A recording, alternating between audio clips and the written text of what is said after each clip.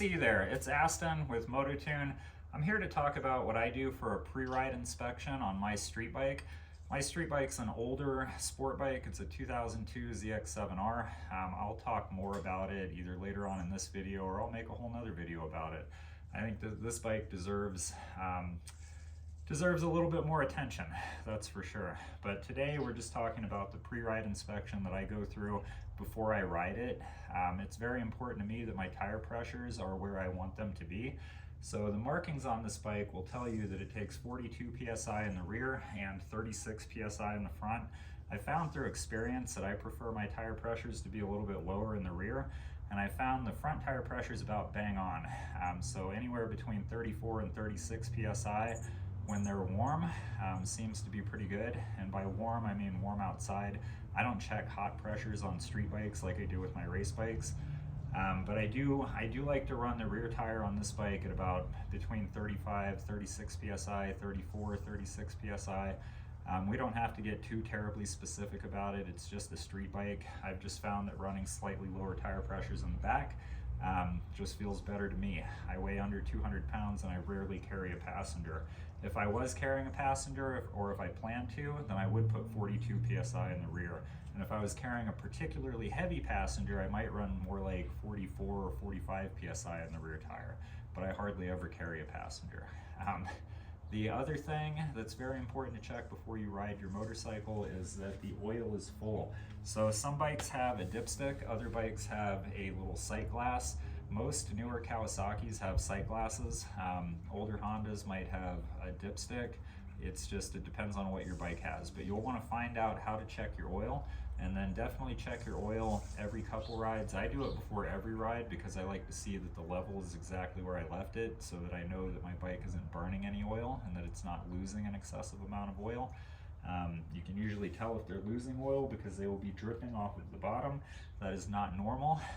That's another thing that I check before I ride pretty much any motorcycle, is I take a good look at, what kind of fluids are underneath it. What's it been leaking? Is this bike even safe to ride? So we need it to be full of fluids. I also check, I kind of glance at the coolant. It has a little coolant bottle that'll tell you where it's at. I have a little mark right here. You might be able to see it, you might not, but that tells me where it was when I set the bike up a couple years ago. If you want to check it at the top, you have to remove this cover. I'm not going to go through all of that just for a pre-ride inspection. That, and I'm planning on maybe riding 20 or 30 miles just on a big loop around the neighborhood later on today, so we don't have to go whole hog and take the whole bike apart to make sure it's good for a 30-mile ride. I just check the tire pressures, check the oil. I keep this bike on a trickle charger all the time, and I suggest you do the same. If you don't keep your bike on a trickle charger, you're going to have a bad time. These batteries, they don't last for a very long time. They don't deal with hot-cold cycles as well as we would like them to. Basically, it's a 5-pound battery to power a 400-pound motorcycle.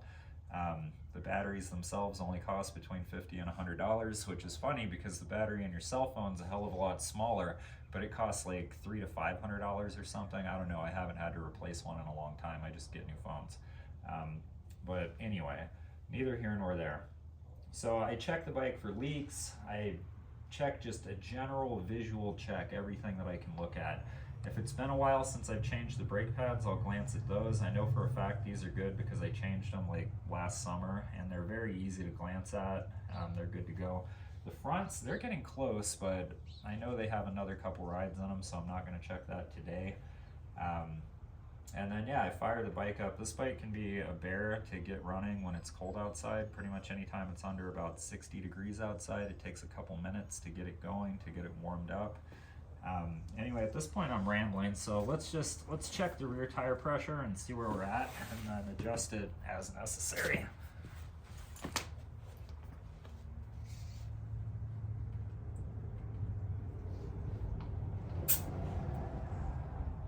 So yeah, this has 32 PSI in it, so I'm actually going to wait for it to warm up a little while, and then I'm going to put 36 PSI in it. Actually, I'll just put 36 PSI in it right now, and then I'll check on it later. How about we do it like that?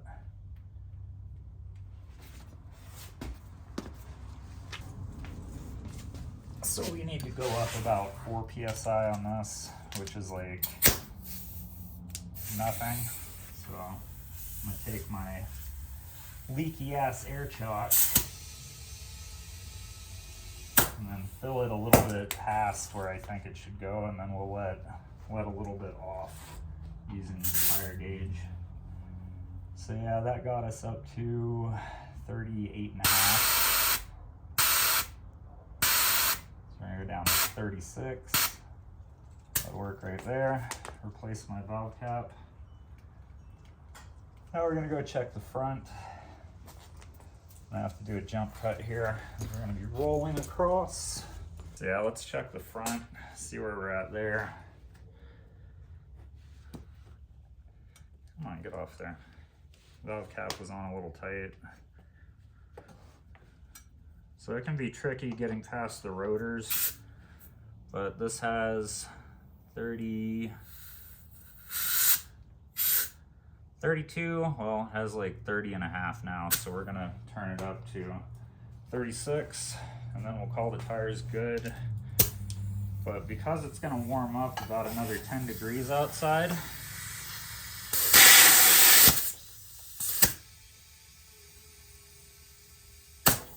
should be more than enough right there. But because it's gonna warm up, like I think right now it's about 47, 50 degrees. By the time I go to ride this bike, it's gonna be closer to like 60 degrees. So my tire pressures might go up a tiny bit. So I might check them before I head off if I know it's gonna warm up significantly between now and the time that I'm going to ride, which it is, so I will. But let's see where we're at now on the front.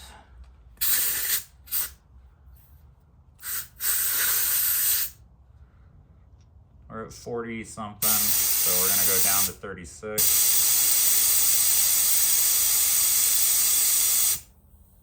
Oh, we went too far.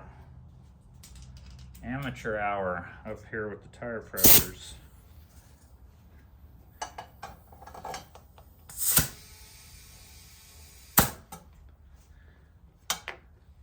Yeah, sometimes that air shock leaks. Sometimes it does better. Start over. So I tend to put the valve caps on my mouth, which is why I have a lisp right now. Ha ha. 36, that's 36 right there.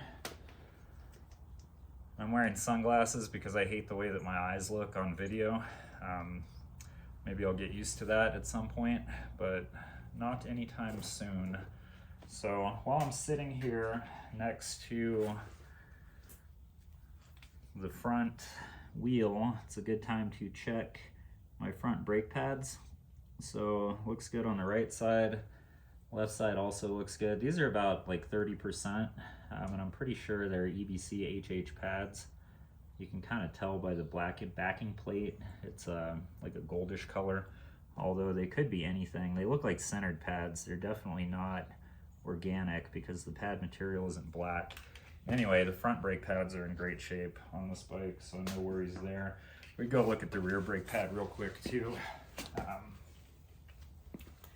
So yeah, you can actually see the pad material up inside of here between that like gold colored surface and the rotor. Between there and there, that's where the brake pad surface is. These were replaced fairly recently, so I know they're good to go. Just showing you that.